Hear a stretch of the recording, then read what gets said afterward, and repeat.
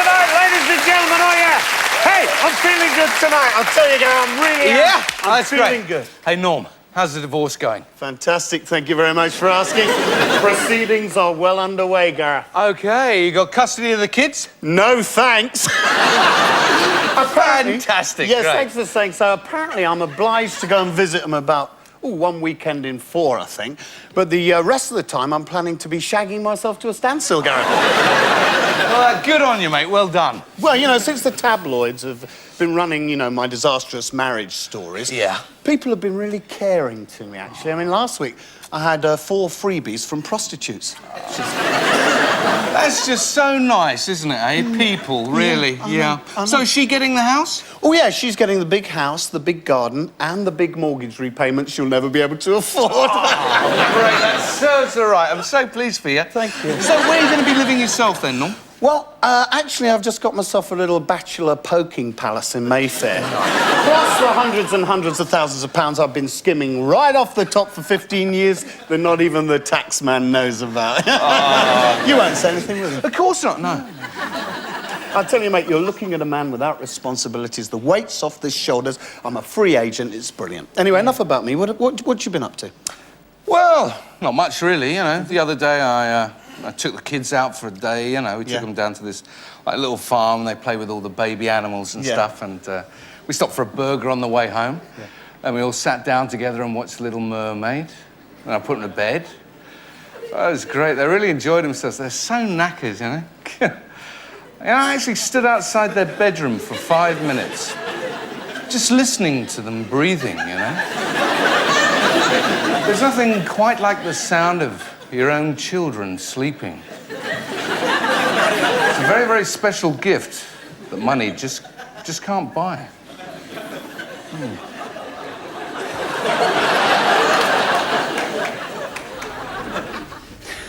Leonardo da Vinci, a true Renaissance man. Painter, sculptor, philosopher, poet, astronomer, scientist, right bloody smart ass. That's what I think.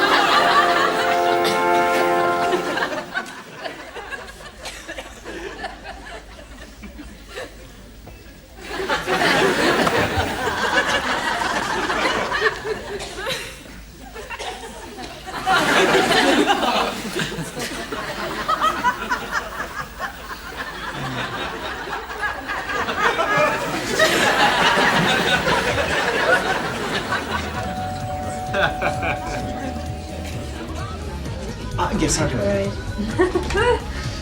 Steve and Emma, come in. Good to see you. Go straight through. Hello. Hello. How are you? Right. Please do hello. How are you? Go in. Sandy's here, darling. Hello. I just closed the door. Go on through. Have some to drink. Hello.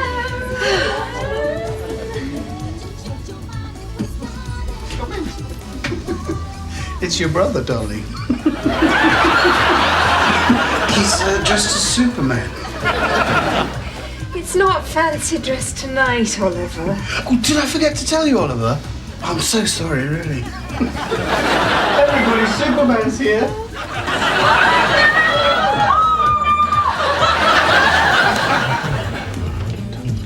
Excuse me, I wonder if... Oh, hello, Oliver. What can I get you? Darling, Rebecca and Mike are here. Oh, hello. And they brought a fantastic bottle of wine. Look. Oh, that's super. Thank you very much. Now, the lager and the dry white wine, isn't it? Mm-hmm. There you go. Already poured. Okay. See you through in the lounge. See you. Okay. Now, Oliver. It's a mild. That's lovely.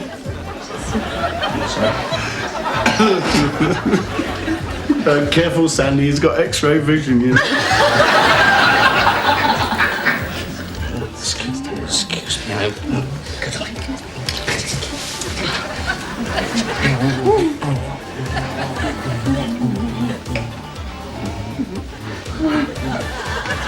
Making friends, Oliver?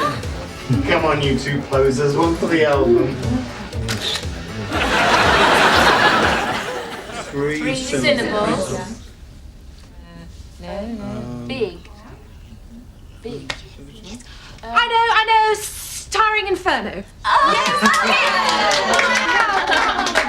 Right, that must mean it's Oliver's turn. Come on, Oliver. Come on, faster than a speed. Don't tell me Superman. No, Rain Man. The jerk.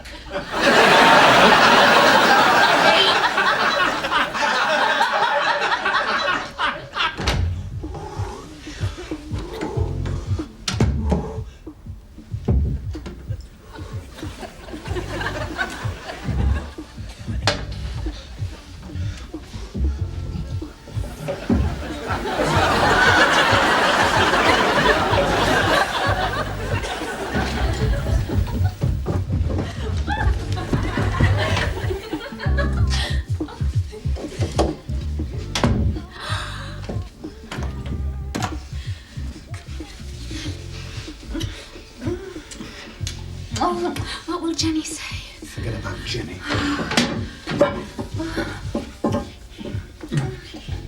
They'll hear us. No, they won't.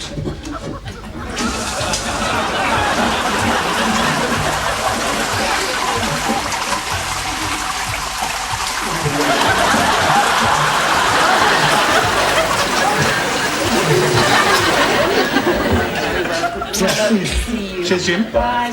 All the best. See you soon. Bye. Drive Lovely party. Oh, bye, Bye, darling. So glad you could come. Yes, so am I. Thank you for having me.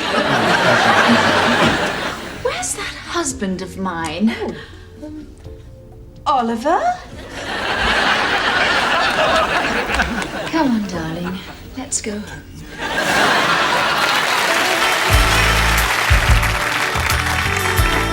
Singing as you've never heard him before. The voice that is Michael Baldwin.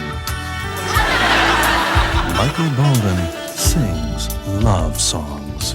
Love songs, And ballads as well.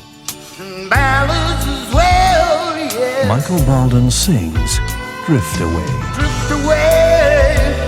I told you so. Yes, he did. You know he told you so. Michael Baldwin sings about his life. In the middle of the road that's me. I'm living in the town of Old Hat. Michael Baldwin sings about love. I'm gonna give you a night you won't forget. Middle-aged lady,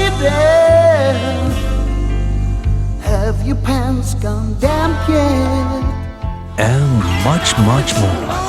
Back inside, going pretty thin on the top. I got this something on your tube. Pour into me a bank clerk. They're calling me Anteater Hooter. Got a great big rolled up pair of socks in my jeans. The dark brown velvet voice of Michael Baldwin. Wind machine blowing in my hair. Wind machine blowing everywhere.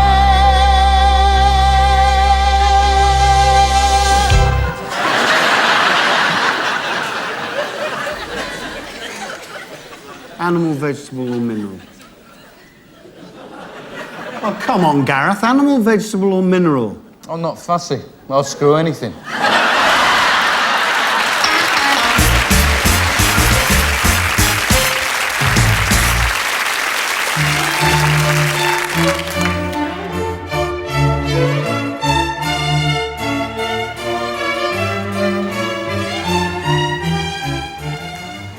Tonight on Sex Chat, we're going to be discussing one of the commonest male problems.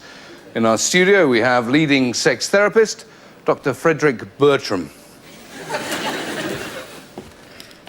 Premature ejaculation. A spanner in the works of many a healthy relationship. Now, Lawrence. You've suffered from this problem for some time now. Yeah. For about how long now? Well, it started soon after I was married. I see. And I understand your wife went to live with somebody else shortly after your problem began. Well, yeah, it wasn't just, you know, that led on to another problem. A sexual one? Yes. Great. So, would you like to tell us all about it? Well, because of the premature... Ejaculation? Yes. I found it difficult to maintain... An erection? Well, that really is a bit of a tragedy. Some advice, please, from the doctor. Well, Lawrence, let's be straightforward about this. What you're saying in a roundabout way is that you pop in your pants, yes? What did you say? Well, let's take a little look at... Please, it's not funny. Let's take a little look, shall we, at a typical day in the life of Floppy Lawrence, yeah? You wake up in the morning, Lawrence, and it's flaccid city, isn't it? Tea time, nothing much is stirring, so that by the time you go to bed, you're no use to either man nor beast. And yet, ironically, some of the time, Lawrence, you just have to brush against a young woman, and hey presto, it's a mini Vesuvius in your trousers, yes? I've had enough of this. Oh, yes, Lawrence. Lawrence, please, that is typical of you, isn't it? Going off early. So, please, Lawrence, why don't you just admit it? You got a hair trigger, haven't you? I'm sorry, but we're going to have to take a break now. No, I'm sorry. I'd like to get to the bottom of this with Lawrence, if you don't mind. Doctor, I'm afraid we're going to have to take a break now. We'll be back in a couple of minutes. What is it that starts you, Lawrence? Pictures like this, is it?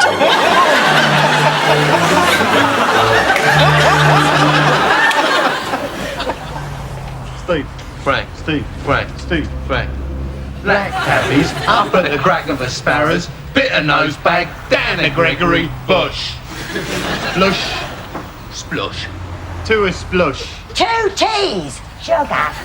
A large portion, yes! Frank, nose bag. Steve. Nosebag. Bacon. Crispy. I want it cremated! And a Twiggy's bar. Crispy bacon and 2 poached eggs. Toast. Butter. Melted! Toast, 2. Anything else? Endo. Nosebag. Double Rone. 2 two egg on And a Cecil Parkinson. with a banger on the side. Indoor. Salted. Handsome. Blinding. Bush. Stick your little bottom out. The ladies love it. Hello, Warwie! Oh, no. It's me, old Mr. Poppy, your next door neighbour, remember? You invited me round your house for a party once. Yeah, once. Excuse me. Hey, watch out, mate.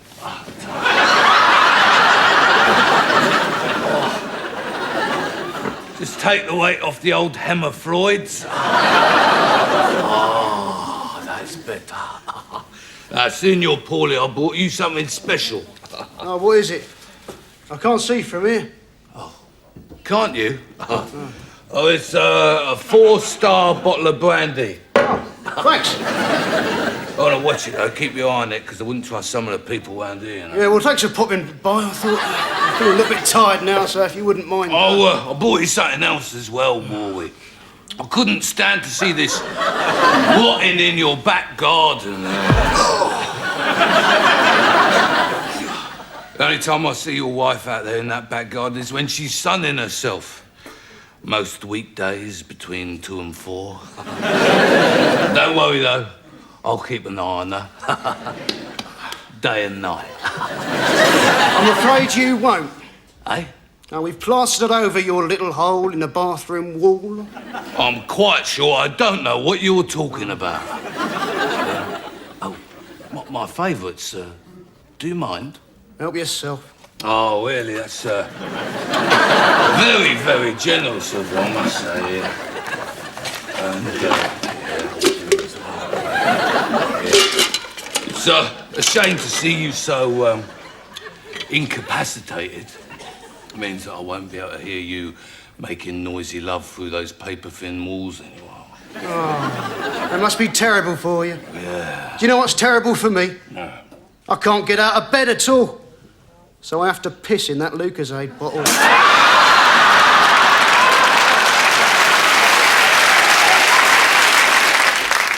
You know, the English are always asking the Swedish, why is it that the hair on your head is blonde and the hair of your pubes is black? This is simple. We dye our pubes.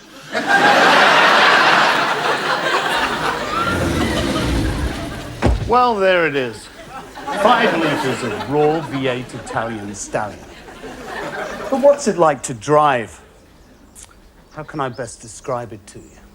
It's like lying on a waterbed with 4 Bangkok transsexuals running up and down your spine with stilettos on, rubbing Vaseline into your privates. It's about as... I don't think so, Jeremy. A bit naughty. Let's go again, shall we?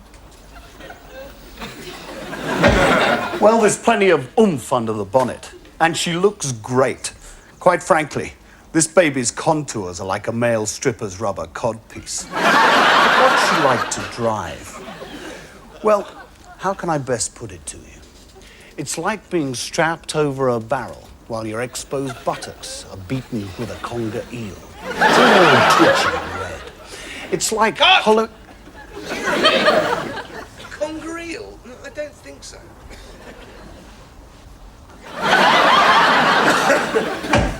Well, it looks good, it sounds good, and it's got more knobs than Royal Ascot. What's it like to drive? Well, how can I put this into words? It's like being shaved all over. Cut! So what's the verdict? Looks nice, a nice ride, but what's it like to drive? Well, how can I put this into words? Not bad. Not bad at all. Cut! That's a good take, Jeremy. You petrol gobbling sex vixen! You love it, you little Italian mother! Oh, yes! Hello. This painting is by the Belgian surrealist René Magritte. The perspective is so extraordinarily superb that one feels as though one could actually be part of the painting. And that's what I think.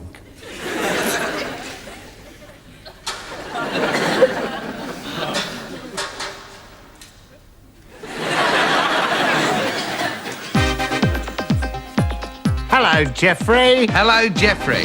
Fashion. Is it just for the young, or should the older be bolder? Jeffrey.